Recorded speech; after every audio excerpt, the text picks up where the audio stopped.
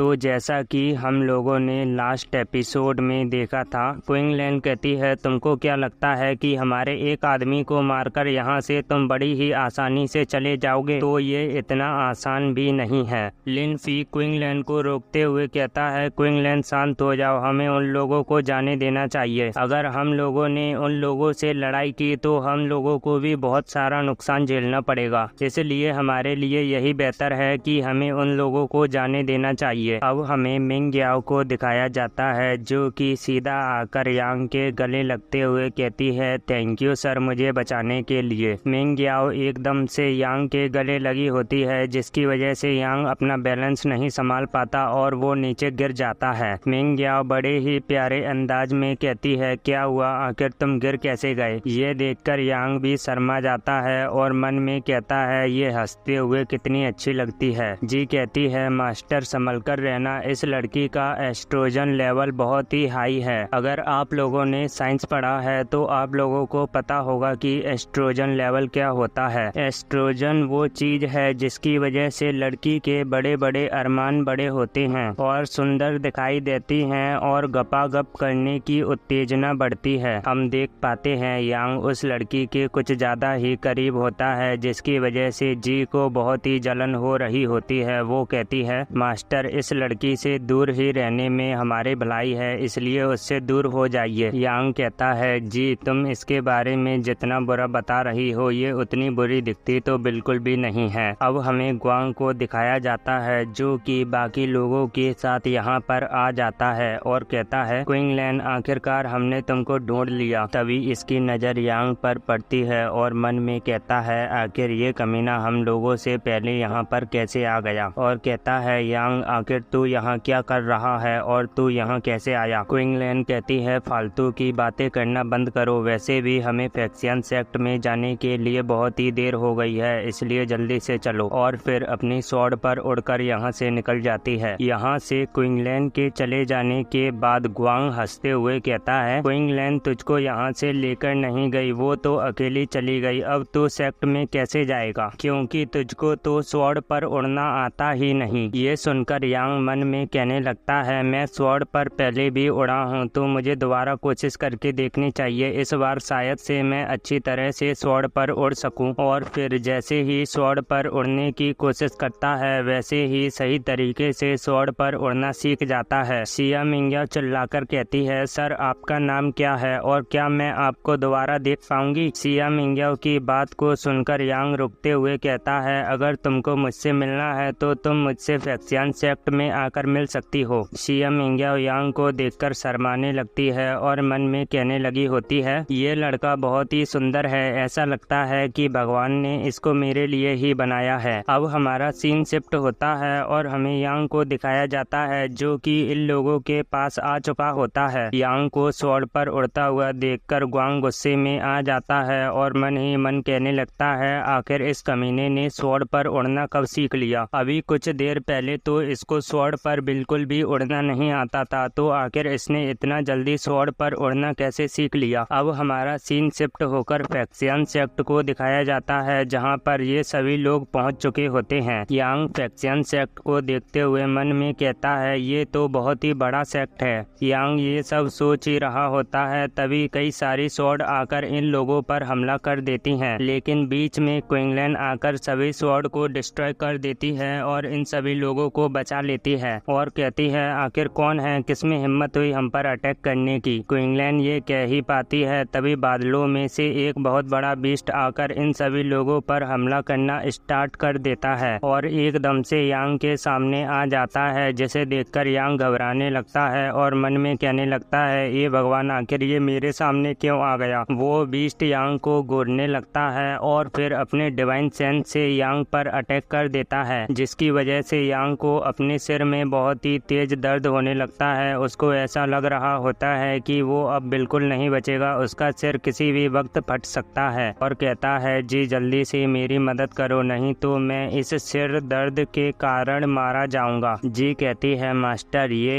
एक God beast है जो कि 10,000 सालों से अपने डिवाइन सेंस की प्रैक्टिस कर रहा होगा, इसी वजह से इसका डिवाइन सेंस इतना पावरफुल है। अब बाहर आते हुए कहती है मास्टर ऐसा लगता है कि इस बार आप बहुत बड़ी मुसीबत में पड़ चुके हो। और फिर जल्दी से अपनी पावर की मदद से यांग के ऊपर एक डिफेंसिव फॉर्मेशन बना देती है, जिसकी वजह से यांग को उसके अटैक का कुछ नहीं होता। यांग कहता है, जी तुम्हारा बहुत बहुत शुक्रिया, अगर आज तुम ना होती तो मैं इस सिर दर्द के कारण मारा गया होता। अब हम देखते हैं वो बीस्ट यांग पर दोबारा अटैक कर देता है, जिसकी वजह से जी का फॉर्मेशन टूट जाता है और वो बीस्ट यांग के जीफू के अंदर एंटर कर जाता है। यांग घबराते हुए कहता है, अरे नहीं जी, ऐसा लगता है कि वो बीस्ट मेरे जीफू के अंदर आ चुका है, जल्दी से मेरी मदद करो उसको बाहर निकालने में। अब हमें यांग के जीफू के अंदर का सीन दिखाया जाता है, जहाँ पर ये बीस्ट आ चुका होता है और जी भी इसको रोकने के लिए बिल्कुल तैयार होती है। लेकिन तभी इस बीस्ट की नज़र उस हैवनली मैप पर पड़ती है, जिसको देखकर ये जल्दी से उस मैप के पास चला जाता है। जी कहती है, इसको क्या हुआ, आखिर ये उस हैवनली मैप के पास क्यों चला गया। उस बीस्ट को दिखाया जाता है जो कि उस हैवनली मैप के पास जाकर रोने लगता है और कहने लगा होता है, मास्टर मुझे लगा नहीं था कि मैं आपको यहाँ पर देख पाऊंगा। यांग अपनी जीफू के अंदर आकर कहता है, जी आखिर क्या हुआ, आखिर ये बीस्ट रो क्यों रहा है। जी कहती है, मास्टर सब कुछ ठीक है, ऐसा लगता है कि ये बीस्ट उस क्रीचर को जानता है जो कि हैवनली मैप के अंदर बंद है। ऐसा लगता है ये बीस्ट उस हैवनली मैप के अंदर जो क्रीचर बंद है उससे बातें कर रहा है। अब हमें इस बीस्ट को दिखाया जाता है जो कि उस हैवनली मैप के अंदर वाले क्रीचर से कुछ तो कहता है, जिसे सुनकर वो खुश हो जाता है। अब हमारा सीन शिफ्ट होकर फैक्सियन सेक्ट के अंदर का सीन दिखाया जाता है, जहाँ पर हमें एक मास्टर को दिखाया जाता है जिसका नाम जुआनजू होता है और वो फैक्सियन सेक्ट का चीफ भी होता है। एक लड़का भागते हुए आकर कहता है, मास्टर जुआनजू बहुत बड़ी गड़बड़ हो गई है, वो गॉड बीस्ट अचानक से गायब हो गया है, हमको पता नहीं चल रहा कि वो कहाँ पर चला गया है। मास्टर जू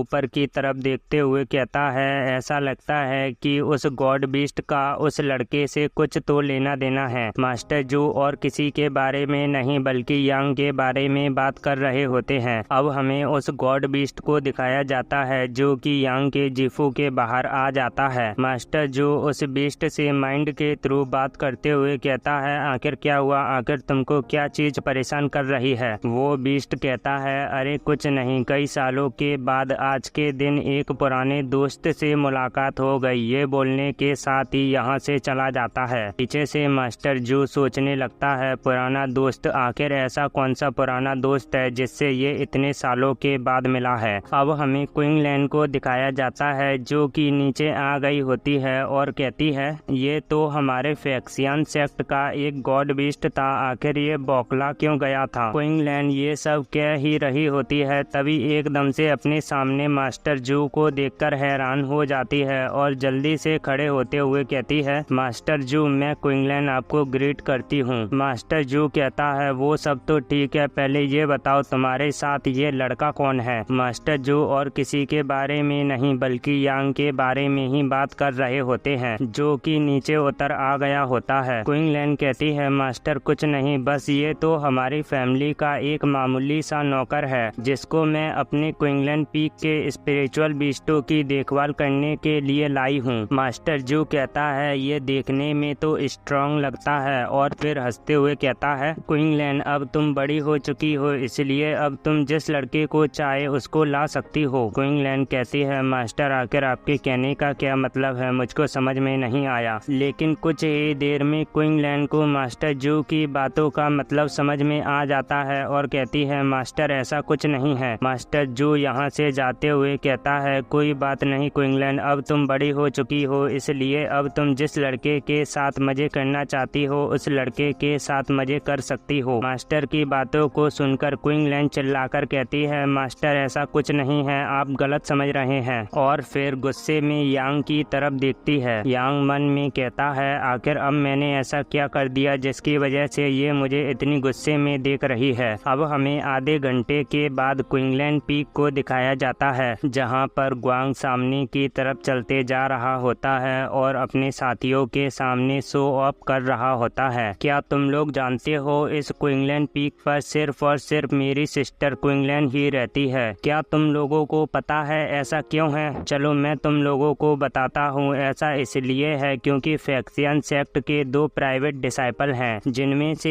एक मेरी सिस्टर क्विंगलैन भी है। यही कारण है जिसकी वजह से क्विंगलैन को उसका खुद का पर्सनल माउंटेन मिला है। ग्वांग चलते चलते एक टूटे फूटे से घर के सामने आ जाता है और कहता है, यांग आज से तू यहीं पर रहेगा। यांग कहता है, ठीक है भाई लोगों, मैं एक बंदे को सुपर थैंक्स कहना चाहूँगा, क्योंकि उस बंदे ने मुझको 20 रुपए दिए हैं, इसलिए भाई मैं तुझको अपने तहे दिल से शुक्रिया अदा करता हूँ। भाई आपका बहुत बहुत शुक्रिया जो कि आपने मुझको 20 रुपए दिए। मुझको इतनी खुशी हो रही है कि मैं तुझको बता नहीं सकता। तू पहला बंदा है जिसने मुझे पैसे भेजे हैं। तो चलो मैं इस वीडियो को यहीं पर एंड करता हूँ और मिलते हैं अगली वीडियो में। जब तक के लिए आप सभी लोगों को मेरी तरफ से बाय बाय।